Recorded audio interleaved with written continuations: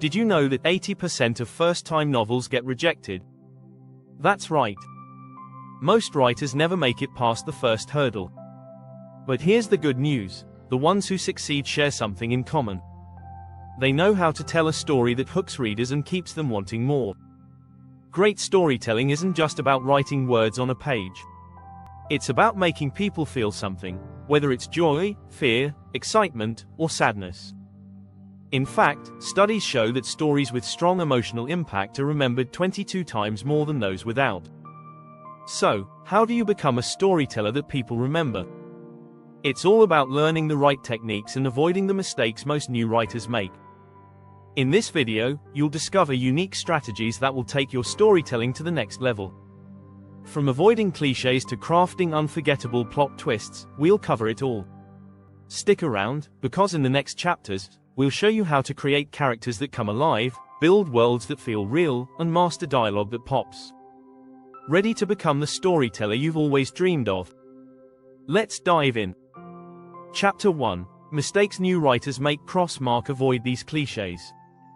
We've all seen them: the overused plot twists, the shallow characters, the predictable endings.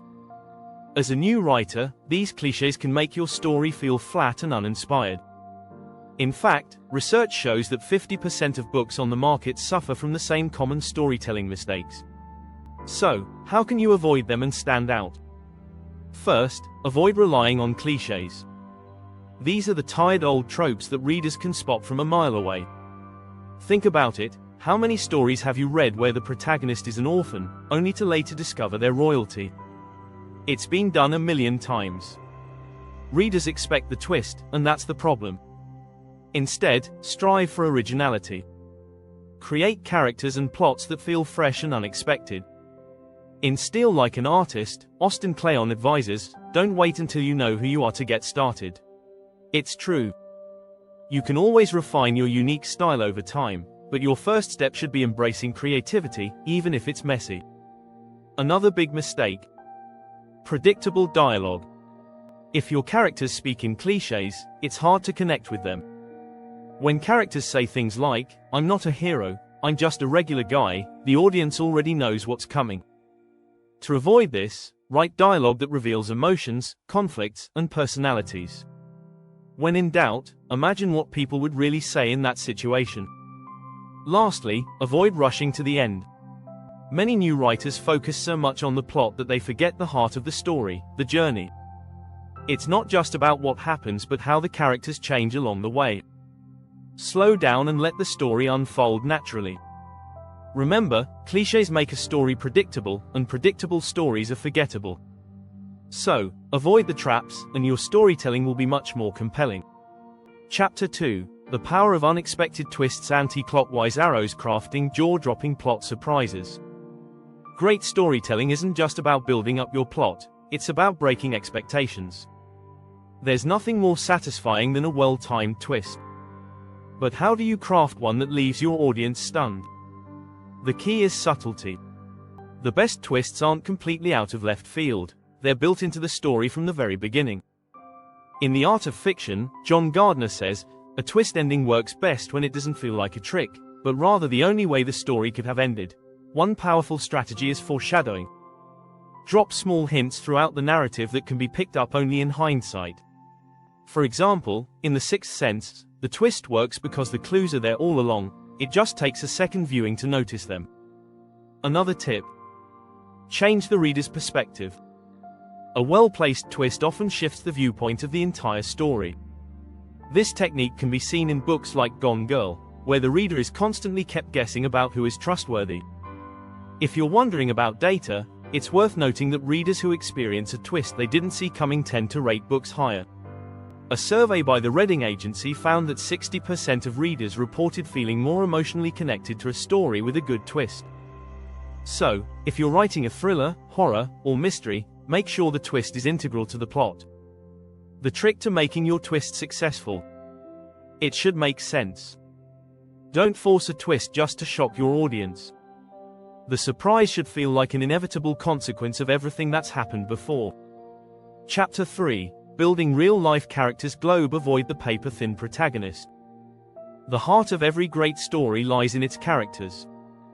If your characters aren't real, your audience won't care about the story.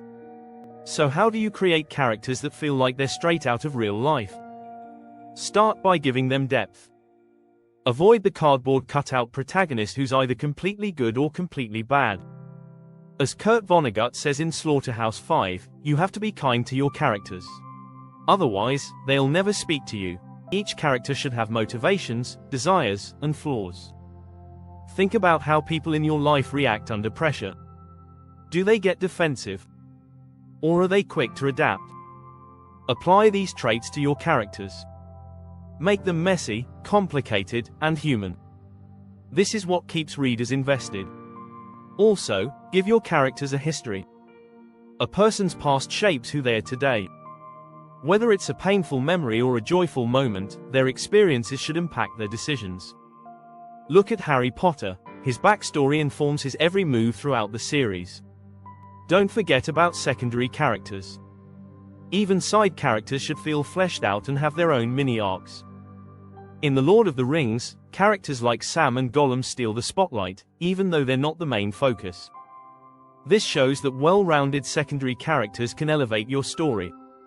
Lastly, consider your character's emotional journey. Studies show that readers connect with characters who grow emotionally over time. This isn't just about solving the plot's problem, it's about them learning something about themselves or the world around them. If you're enjoying these tips, don't forget to hit that subscribe button. More tips and tricks are coming your way to help you become a master storyteller. Chapter 4: World Building that wows Milky Way. How to create immersive settings. World building isn't just for fantasy authors, it's an essential part of any good story. Even if your setting is a modern-day city, it should feel like a character in itself. Start by using sensory details. Describe what your characters see, hear, smell, and feel. In The Hunger Games, Suzanne Collins masterfully sets the scene by describing the capital's opulence and District 12's bleakness.